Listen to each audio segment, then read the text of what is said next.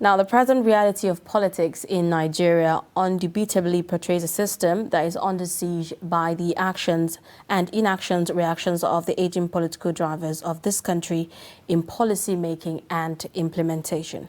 Now, the current drop of leaders during the economy of this country is a paradigmatic shift from what was obtainable in the post-colonial era, where the nationalists who agitated and achieved independence from Britain were in their youth. But in Nigeria today, Nigerian politics today, the reverse is the case. Now, to go into the discussion proper, we have a women rights activist with us in the studio. Yes, and she is Kwata Iwesete. Good morning. I love your name. I love your name. It's unique. Thank you. Thank you. Well, welcome to the program. Thank you for having me. All right. Now, first, let's begin with, if we're talking about the role of women and youth in, shaping Nigeria's political arena, we will definitely have to talk about women and youth participation in politics. In the last election in 2019, out of, say, 706 women that contested in that election for various political offices, only about 62 emerged as winners in that election. Would you consider that progress? I don't think it's progress, because even if you look at the National Assembly, the 8th Assembly, that's the Senate, versus the 9th Assembly, you can see that the numbers of women have reduced. So over time, it's been fluctuating from, up, down, and none of these fluctuations have ever been equal. It's actually, what will I call it now? It's actually, maybe you have 100 senators and you have 9 women. That's the highest, I think that's the highest we've ever had. And then you have the next election cycle, the whole thing drops. Maybe 4 women are returning, and then, it's just been back and forth, actually. And we don't even need to look as far as the 2019 election. Even, I'm a member of the PDP, because I'm also a politician. And this is what I tell people: don't shy away from saying you're a politician. Because most of the times, young people, especially young women, when you say I'm a politician, they look at you like you're part of the system. And then if you're criticizing us for being part of the system... That's a big problem as well, the stigma and everything. And why are you telling us that we are the future when you are stigmatizing us for being part of the system? We need to belong, to be able to, should I say, maybe get mentored to reach the point where we take this power and whatnot. But in my party, our last convention, we had 21 elected NWC, that's the National Working Committee, and only 2 women are part of that NWC. And it's not that only 2 women contested. And even the 2 women that emerged, they emerged for the roles that belong to women, woman leader and deputy woman leader. So any other position, women vowed for it. It's either we're not considered maybe competent for the role, or we could not lobby enough as the men lobbied to get into those positions. So there are different challenges, hampering women's participation, but we can only pray that it gets better. Okay. Well, when you talk about the women role, the women that emerged for the women leader roles and all of that, at least we could say, well, at least this time around, it's not males that are now emerging as women leaders. And that reminds me too of what is playing out in the APC in Kano, where the young man is coming out as the woman leader for Kano. And he gave his reasons, and I was just smiling. I'm not upset with him or anything. He said he loves women, he's always taking care of women. So he believes when he emerges, he will be able to care for women. Care for women. And I think it's actually a plausible reason, but we don't need that. We don't even need men encroaching into, should I call it, sacred spaces that belong to women. And women have always, what I don't want people to mistake is women have always thrived. It's not that we've been sitting at the back corner and expecting power to be handed to us. Women have always contested. We've always made efforts to, mobilize and to lobby, but it's not been successful because either people do not believe in our potential, or we do not have the economic power to mobilize to the level of men. So even when you talk about participation, it's not just the fact that women are not trusted or our society does not trust women. Because when you see women that emerge, most of them are wealthy women, or they had wealthy husbands, so they could utilize their resources for politicking.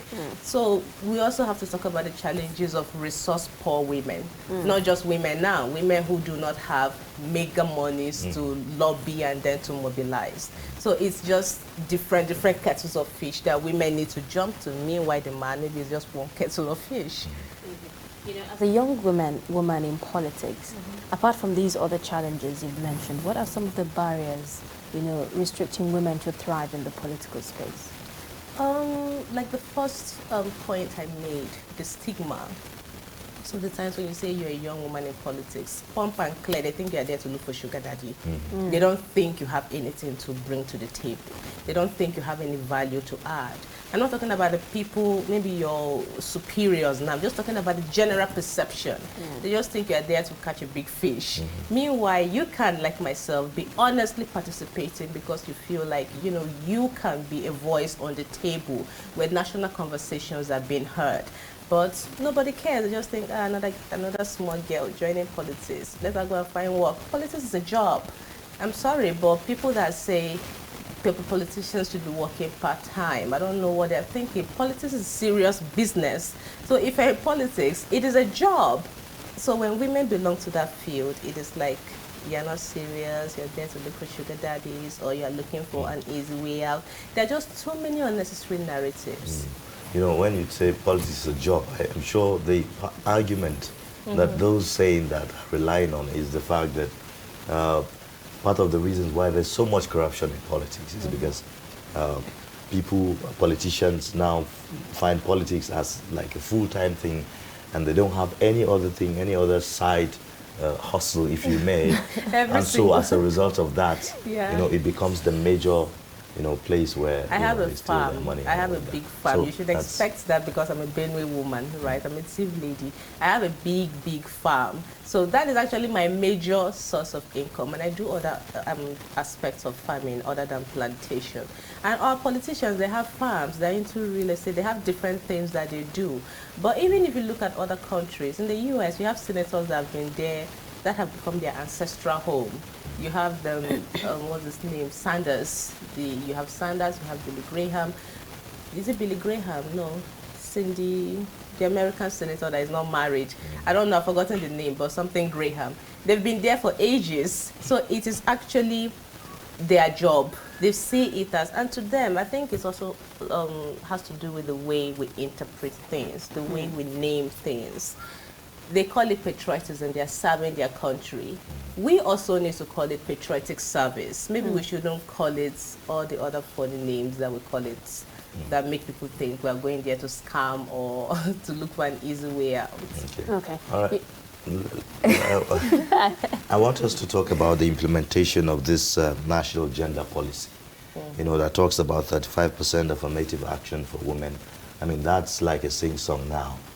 We've been talking about that. How far have we gone with implementing that in terms of even political appointments? It is in my party's constitution, the PDP. It is ingrained there. I didn't write this last week to somebody when we were arguing. It is there, but then you need to beg people to actually follow the laws that they use their hands to write down, which is also a problem of sincerity of purpose, right? That means they did not believe in these things. They just wrote it down because they wanted to let us get it over with. It's not an issue of we believe that the voices of women are important, or especially young women. We don't believe their voices are important. We don't believe they have something to contribute to the conversations. And every day there are laws that are being made that affect women, and women are not on the table. So it makes you wonder if truly these men know what they're doing. To me, that's how I feel they don't know what they're doing, because you cannot keep making laws that affect women, and there are no women on the table. So it's worrisome to me, really. Okay. So what role, you know, does culture, you know, and religion has to play, you know, in all of this whole conversation about women participating in politics? To a very, very large extent, maybe even more than economic factors, really. Because I had some places in the north, I was having a conversation with another young woman in politics, and she was saying I cannot even aspire because they cannot allow me to go to some places. Like, You cannot go and lead a prayer in a mosque, for instance. And that is just the core knot. In my place, you cannot just go and some people may not give you audience simply because you're a woman. There is this vulgar language they use. I cannot say it on television, that I cannot sit with, and then they call, a woman that name. So it has a lot to do with mentality. We need a mental system, shift. Exactly. We need a mental shift. We need to realize that the factors that determine leadership has nothing to do with being feminine or masculine. You just need to be creative. You need to be brave to some extent to be able to push for things you believe in. And these are factors that men have, and women also have. So you don't need masculine, macho strength to be in politics in the 21st century. I mean, who are we fighting? And that also, is part of the reasons why our politicians have been refusing to reform the system. We bring us back to the issue of electronic transmission of results. And the most important aspect of that bill for me too is electronic accreditation of voters. Because no matter how much you want to rig, you cannot rig outside the people you have accredited. So if you accredited 100 people, whatever you want to do, any kind of mago-mago or it must be within that 100 people because they are accredited electronically. So when you put in place systems like this, you don't need strength anymore. You don't need physical macho strength. You don't need people to go and hijack ballot boxes because it will be in vain. It is a way of enforcing a level playing field, right? And people have been resisting it. I think the National Assembly, they smuggled in the direct primaries in a way to derail the entire bill. That's how I see it. And they're very good at actually employing stalemates. We are the ones that, I feel, because it was last minute, it was never there. I was part of the advocacy. And all through the advocacy, direct primaries or mode of primaries was never in that So bill. you think that that's a distraction? No, it is a stalemate. They did not want that bill to pass. And in order for them not to come out and say we don't want it to pass because they will not be viewed as progressive, they decided to employ a stalemate of creating an unnecessary uproar over the primaries method. I think they did it deliberately because they could not directly confront electronic transmission and accreditation of voters and a host of other things in the bill. So it's not just having the laws, it's about even implementing the laws, like you said, about the affirmative action for the PDP, which also goes to say that you don't seem excited rather, about the bill in the National Assembly proposing for increase in the number of seats, I think it's in the National Assembly to accommodate women and all of that. No, I think it's nonsense. We are not looking for an exclusive league of women. We are looking for inclusion. So when you create a separate seat for women, it's actually exclusion. You don't know it yet. Maybe you've not think deeply about it, but you are actually excluding women. You are creating a women league. It is no longer inclusion. Women can no longer participate. And this will bring different conversations at the grassroots. Forget the fancy English that civil societies are speaking at the national level. At the grassroots, if you want to compete, they will tell you, go to the women's seat. Any other seat, you cannot vie for it anymore. They won't let you. As long as you succeed in passing this bill, you have already assigned women those single seats in whatever constituency you are creating. Who will no longer be allowed to participate. And that's why I think people should think through things. There should be intellectual vigorosity when it comes to policy, not just lazy waking up in the morning and coming up with things because you want to make the news. And then, do we have the money? You are looking at a country that is broke. We keep borrowing. We don't need to come out and say we are broke. The fact that we keep borrowing. I think that I need to cut you short. We're going to come back to that conversation. We need to take some technical difficulties and we'll get right back to that conversation after this quick timer. Do stay.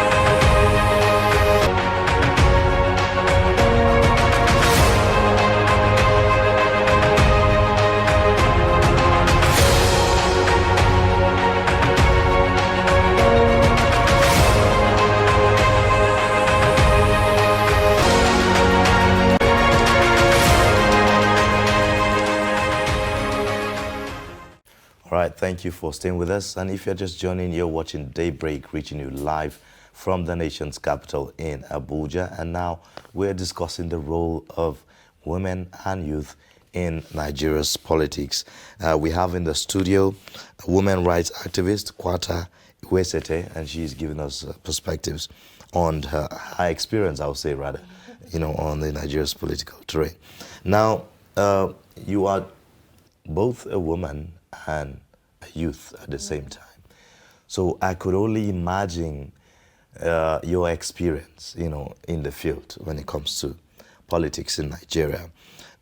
Certain challenges stand out for these two categories, which is the issue of, funding, for campaigns and all of that.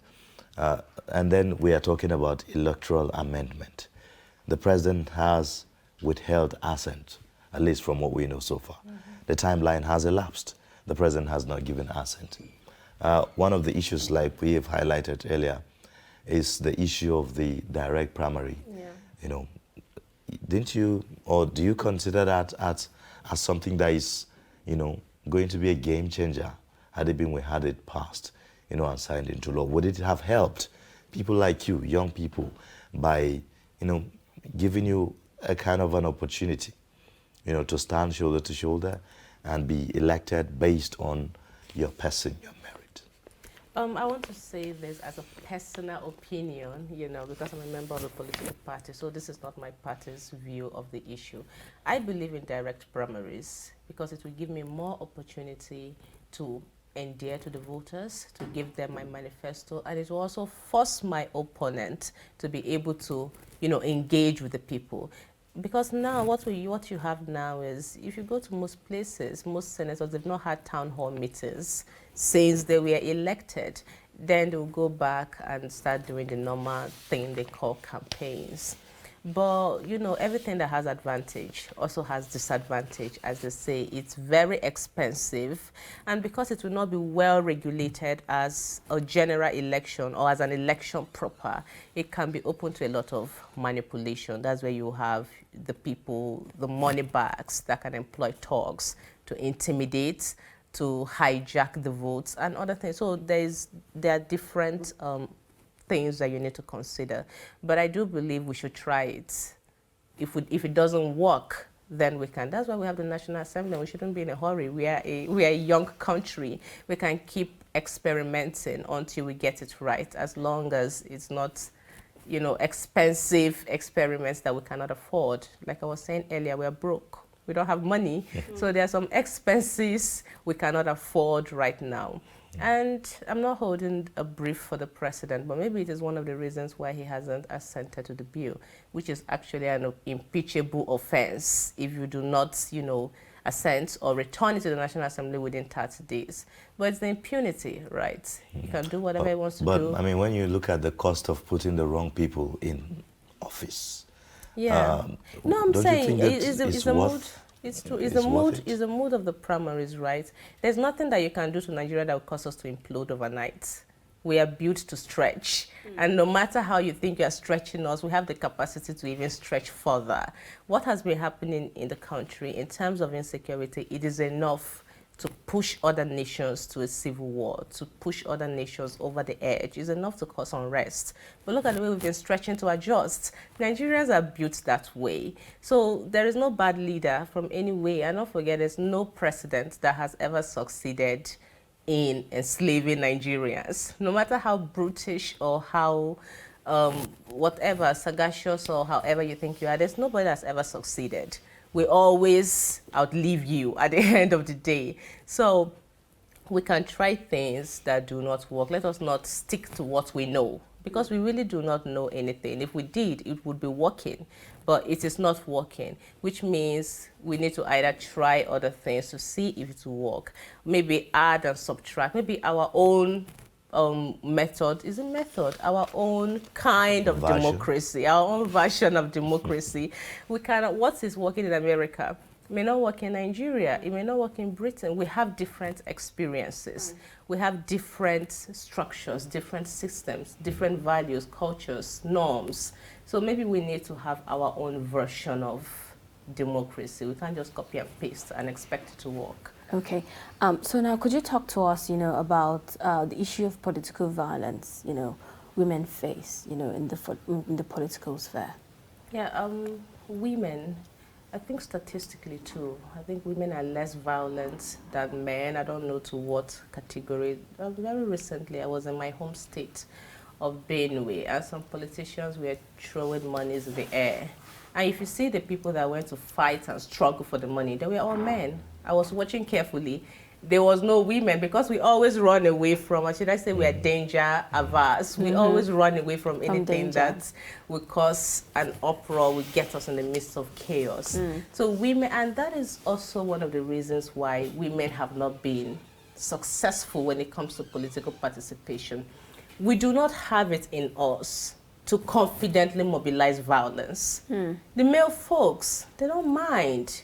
They actually budget for these things. It is not part of our strategy when we are competing. We are looking to present our different manifestos, speak our English, hope that somebody's listening, and they will end up voting for us. But that's not the reality on ground. The reality is people budget for thugs. People budget for, what will I call it now?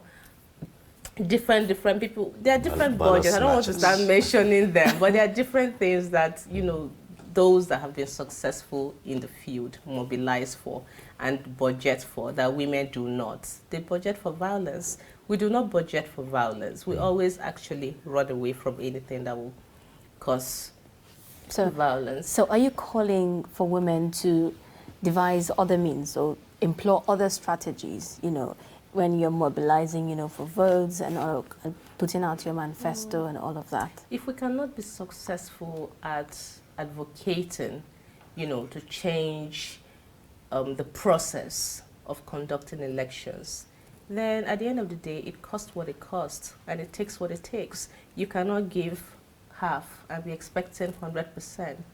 So I'm not saying we should mobilize violence, but we should be ready for it. We should know that our competitors or our opponents, they're not playing nice. They're not taking us to the movies. This is an election that they want to win. So you can't be all cute and nice about it. You need to be real. We need to be realistic. We need to know we are going into an election and somebody might want to hurt you.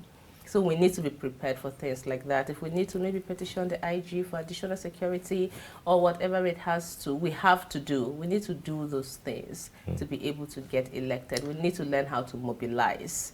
We need to be confident. We should not just rely on our talk. Most of the times, women that do not have rich husbands who are successful politically or come from wealthy families, you can do your research. Those are the women that are somewhat successful politically. Rich husbands, wealthy families, big family names. But we women that are starting from nothing, we are building from scratch. At the end of the day, you see that our strategy is always, hopefully one day somebody will see that I have something to offer, and they will like my face, and they will help me to. That's always been our strategy. We are looking for help.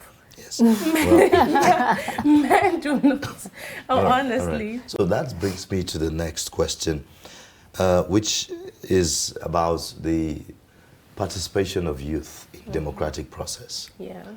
Being a youth, we've seen how the political elites in most times deploy, like you said, make budgets for thugs and all of that. And primarily, that's where the youth are being deployed, when it's time to cause mayhem and all of that. So what are the changes that we're expected to see? In your thinking, do you think that the youth is awake, to understanding how significant his or her role is in deciding the destiny of this country? The good thing is we also have young people that are doing amazing, in the fintech field and in other fields. Worldwide, actually, Nigerians that are doing amazing. They need to understand that if you see these major political parties, when they are doing fundraising, you see Dangote there. He goes there and he donates. when young people are doing fundraising, we have young people that are well-to-do, they should go there and they should donate. That's how we take power. We don't take power by complaining and advocacy. All of these things is just for awareness at the end of the day. You need to put your money where your mouth is. That's how they say it. So young people that are well-to-do should also become politically conscious. They should realize that when some group of old men wake up one day and ban Twitter, it's going to affect whatever kind of online thing you're doing or your clientele that maybe you're mobilizing on Twitter or whatnot. It will affect you. But if you support young people to be able to sit on that table, maybe one person can say, no, this is wrong. Maybe two people can say, no, this is wrong. And you will be responsible for supporting their campaigns. So we don't just hope and pray. When it comes to politics, it doesn't work that way. You see mega billionaires, old men, see them at, I went to one fundraising, right? A lot of old men, they were donating monies. I was shocked, like, where are these people seeing this monies from? Oh my God, where are they coming from? Now, tying that to what we are saying, a classical example of this is the EndSARS, the hashtag EndSARS protest. I mean, that demonstrated the power of social media and of the youth to mobilize for a common, purpose, for common good. Do you think that the political elites have managed opportunities to engage with young people, in recent times, if you take the example of this EndSARS protest? When the EndSARS protest started, I know that Dangote, Emifele, some other group of people, they organized a meeting with some people they felt were the leaders of the protest. And I'm aware, I'm not aware, but I can assume that maybe the fallout of that meeting, how it led to some young people being dragged, that they were trying to collect money from the business. I mean, we always do this back and forth when it comes to young people. We always about the money. And it also has to do with the poverty in the land. We are easily bought over. We are easily derailed. The only thing we achieved during the EndSARS protest was to prove that we can actually mobilize. We have the capacity to mobilize. And the monies that came from that protest was actually outside the country. Crypto and the likes. You remember Jack Dorsey donating some cryptocurrencies to the feminist coalition. I think those are the people collating money for the protest. And that's also why I was talking about the fintechs, knowing that you need to contribute. Right. You cannot just wish these things away. It takes what it takes. Right. It costs what it costs. And if you're refusing to pay the costs, putting your money where your mouth is, then we are going to continue in this cycle. The rest of us, I'll continue with this advocacy until I grow old. And there will be no change if everybody does not do what they have to do. Okay. Those that have the finances should donate it to the cause. Those that have the energy should move to the field and mobilize. Everybody have to play their part at the end of the day. Okay. Now this brings me, to the recent video we saw on social media where a male corps member, was proposing to a female, military woman. As the military described it, a trainee proposing to a military woman. Some have, criticized it, and the army is saying they're going to penalize her. Could you react to that? What are your thoughts about, that? I'm not a hopeless romantic, so I don't know what they were doing. I don't know what they were doing, really. But I think maybe from I don't know their code of conduct. I've not gone through it. I've not read it. But maybe it has to do with a balance of power. Maybe she's a superior and he's paramilitary, he's training. I don't really know what they were thinking, but as a person, I don't think it's wrong, but I'm sure they have their reasons, and I do not want to dabble into military things. Yeah. Okay. Well then.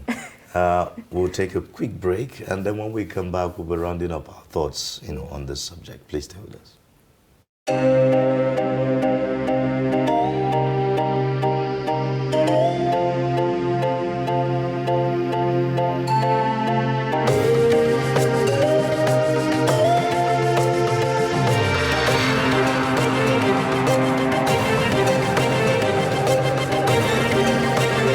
addressing the Youth Council, the Custom Controller, Ogun Area 1 Command, Dera Ndani, specifically pleaded with the youth leaders to leverage on their positions to educate the youth of the state, not only on the menace of smuggling, but also on other cross-border crimes for which Ogun State and the federal government's efforts at actualizing the objectives of growing the nation's economy.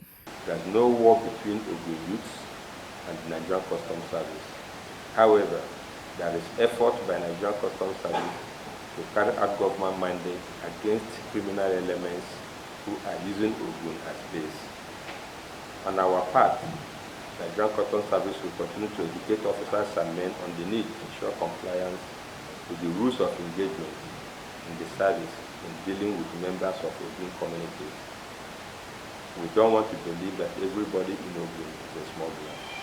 With specific reference to claim that smuggling activities is necessitated by the unemployment, Ndani asked the youths to take advantage of the ongoing recruitment exercise into the Nigerian Customs Service to better their careers in life, stressing that the service always accorded high priorities to the border communities each time it is recruiting. I wish to remind the great Ogun youths that the window of employment into Nigerian Customs Service has just been opened. The website is www.custom.gov.ng. Visit that website, click on vacancy, and apply. Comrade Abdul Jabbar Ayelegba, the chairman, National Youth Council of Nigeria Ogun State Chapter, earlier appealed to the leadership of Nigeria Customs in the state to prevail on their operatives to desist from the habit of indiscriminate firing within towns. There are still some areas that we think the custom leadership need to address very well. And one of these areas is firing within towns. Ayelegba explained that indiscriminate shooting of firearms within towns by NCS anti-smuggling operatives has always resulted in deaths of innocent souls, a situation which he said smugglers usually take advantage to escape. Dera Ndani also commends the Controller General of Customs for providing new patrol vehicles for suppressing smuggling in the state. 3 weeks ago, we took delivery of 10 numbers of Toyota Hilux vehicles, brand new, fully kitted, with all operational needs in the vehicle, the siren, the amber lights, everything, the navigation.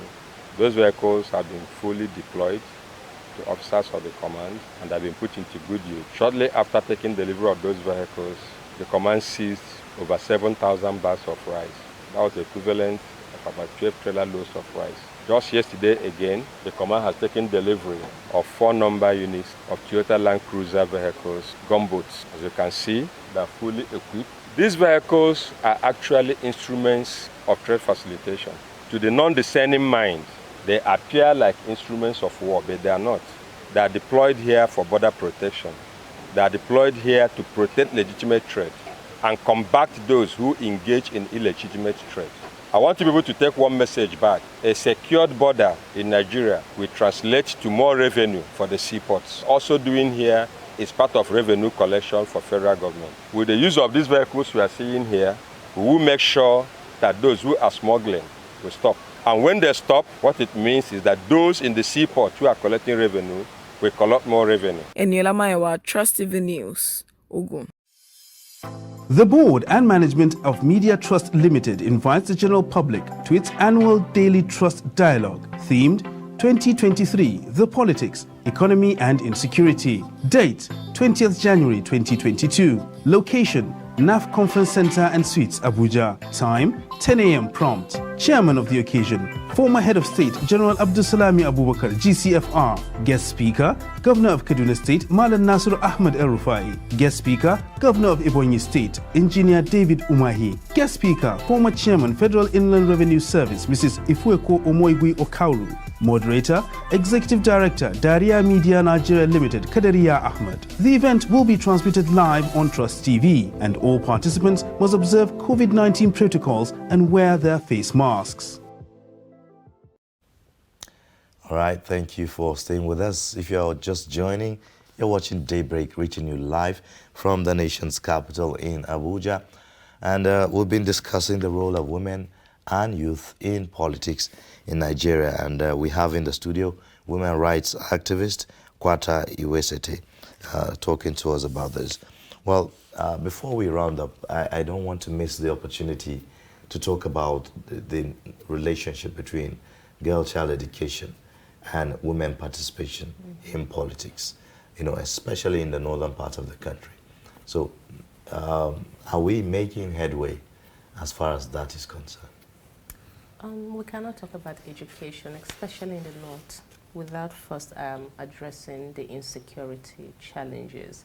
Because even the young girls that want to go to school, they may be scared of being kidnapped.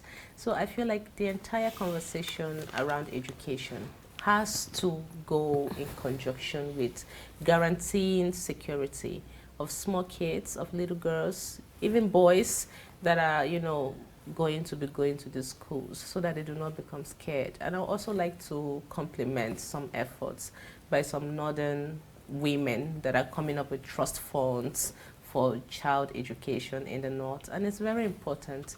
We cannot have an entire generation that is illiterate.